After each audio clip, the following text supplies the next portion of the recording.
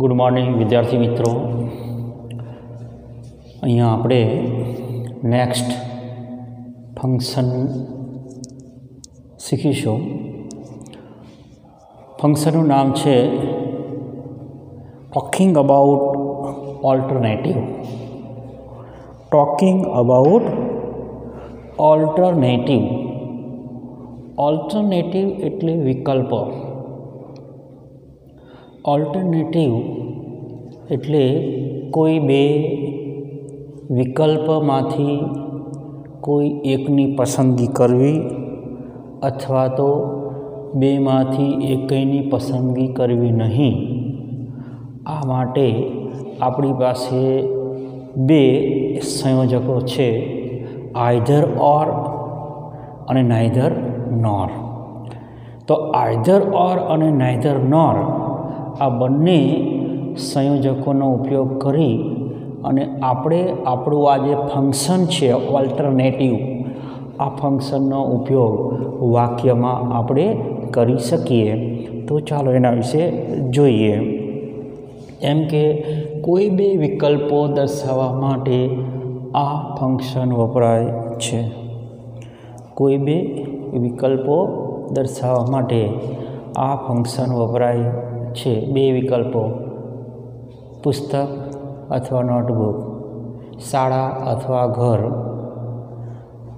રમવું અથવા કામ કરવું, વોટેવર. બે વિકલ્પ તમારી પાસે હોય, આઇધર ઓર, આ અથવા તે, નાઇધર નોર, આ પણ નહીં તે પણ નહીં. તો બેમાંથી એક પણ નહીં એમ આપણે નાઇધર નોરથી કરી શકીએ.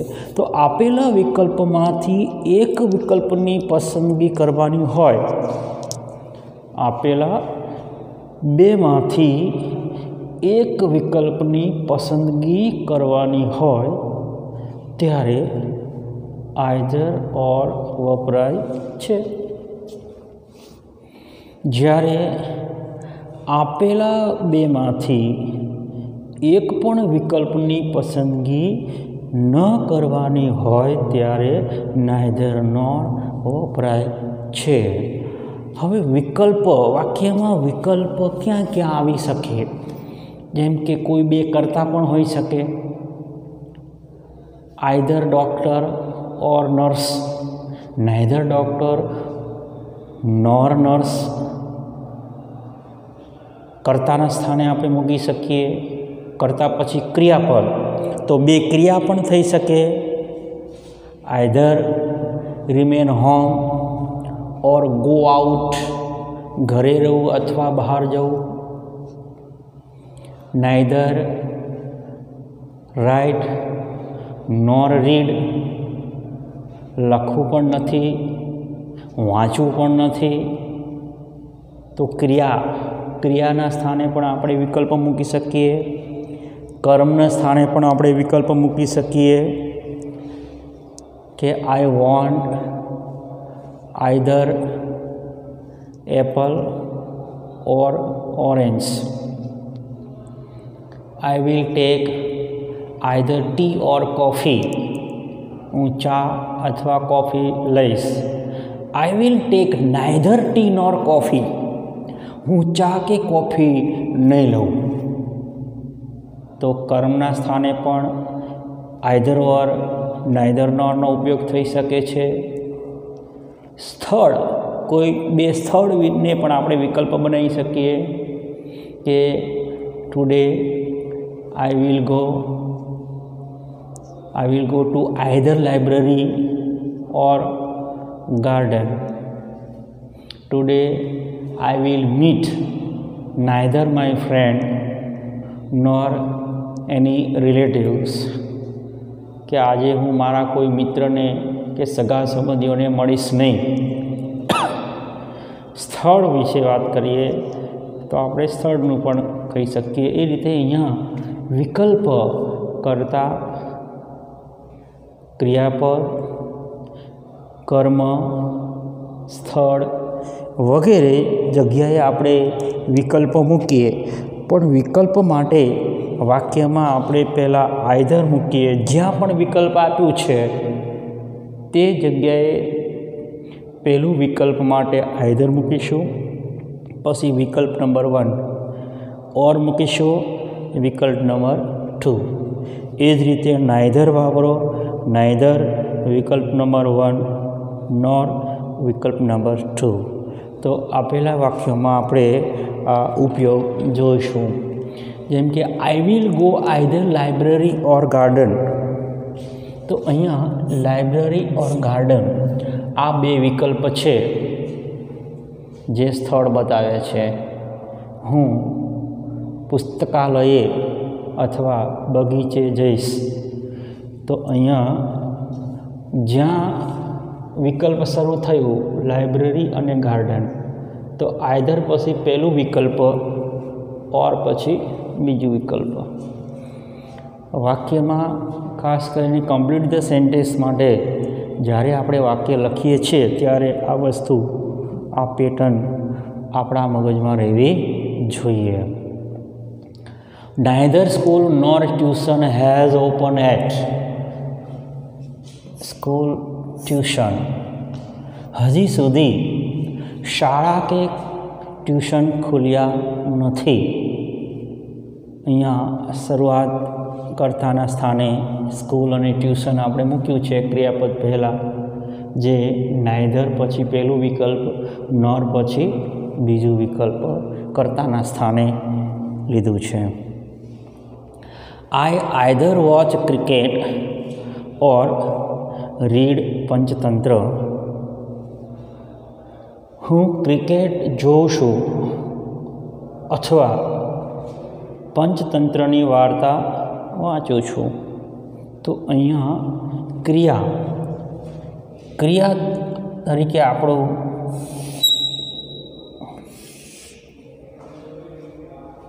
વિકલ્પ ક્રિયાના સ્થાને છે. બે ક્રિયા બને છે, વોચ અને રીડ. કાં હું જોઉં છું, કાં હું વાંચું છું. જોઉં છું, ક્રિકેટ જોઉં છું, વાંચું છું, પંચતંત્રની વાર્તા વાંચું છું. તો અહીંયા બે ક્રિયાને આપણે વિકલ્પ તરીકે બતાવ્યા છે. She had neither headache nor stomachache. She had neither headache nor stomachache. તેણીને માથું કે પેટમાં દુખતું નથી. તેણીને માથું કે પેટમાં દુખતું નથી. તો અહીંયા આપણે આઈધર ઓર અને નાઇધર નોર આ બંને વિકલ્પને વાક્યમાં કર્તા, ક્રિયાપદ, કર્મ અને સ્થળ એમ અલગ અલગ જગ્યાએ આપણે વાપર્યા છે. અહીંયા આપણે જોઈએ તો અહીંયા સ્થળ બતાવે છે. અહીંયા આપણે જોઈએ તો આ વાક્યમાં કર્તાનું સ્થાન લીધું છે વિકલ્પોએ. અહીંયા આપણે જોઈએ તો અહીંયા ક્રિયાનું સ્થાન લીધું છે.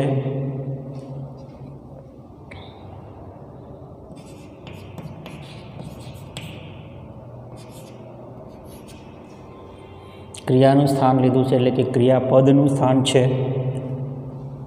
અહીંયા જોઈએ તો કર્મસૂચક શબ્દ છે. કર્મ સૂચવે છે ક્રિયાપદ પછીનું સ્થાન એટલે કે કર્મનું સ્થાન. તો અહીંયા ચારેય વાક્યને આપણે અલગ અલગ પ્રકારે અહીંયા જોઈ શકીએ છીએ.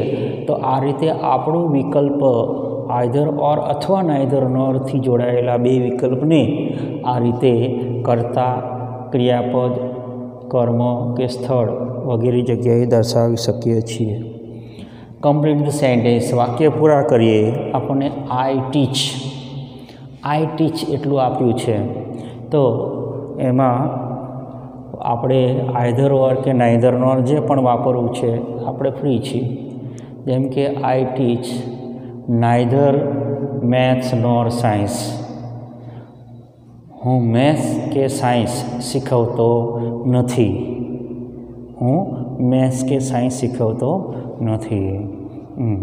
એમાં આઈધર ઓર વાપરવું હોય તો વાપરી શકીએ કે I teach either Gujarati or Hindi, હું ગુજરાતી અથવા હિન્દી શીખવું છું. Neither English nor Marathi is our national language. અંગ્રેજી કે મરાઠી આપણી રાષ્ટ્રીય ભાષા નથી. અંગ્રેજી કે મરાઠી આપણી રાષ્ટ્રીય ભાષા નથી. તો અહીંયા શરૂઆતમાં આપણે નાઇધર ઇંગ્લિશથી ચાલુ કર્યું, તો નોર સાથે આપણે કોઈ પણ ભાષા અહીંયા મૂકી શકીએ જે આપણી રાષ્ટ્રીય ભાષા નથી એમ આપણે બતાવી શકીએ. અહીંયા આપણે સંસ્કૃત મૂકીએ તો રાષ્ટ્રીય ભાષા નથી. અહીંયા આપણે ગુજરાતી મૂકીએ તો પણ એ નેશનલ લેંગ્વેજ નથી.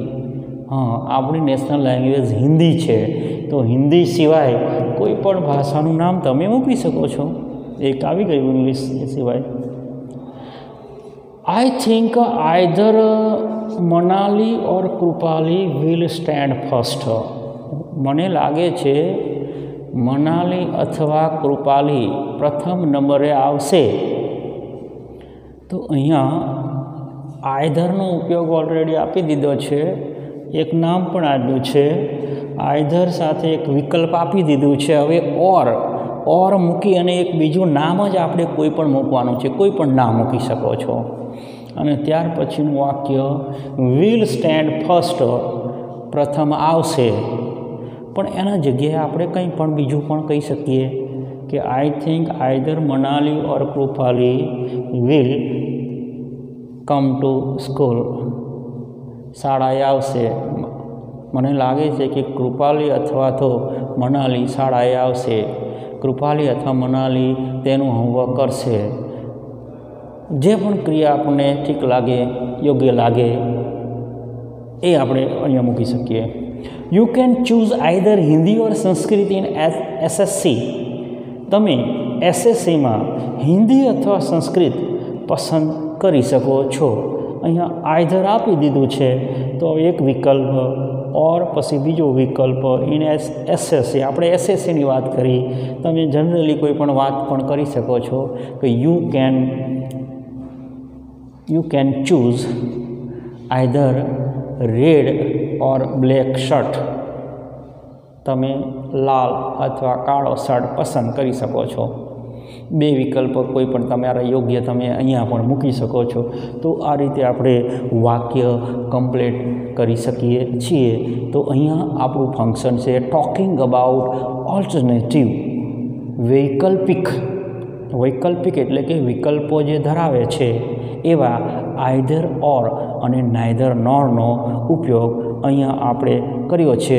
આપણે કોઈ પણ કાળમાં પણ એને વાપરી શકીએ છીએ. કાળનું પણ કોઈ બંધન હોતું નથી. Okay, thank you.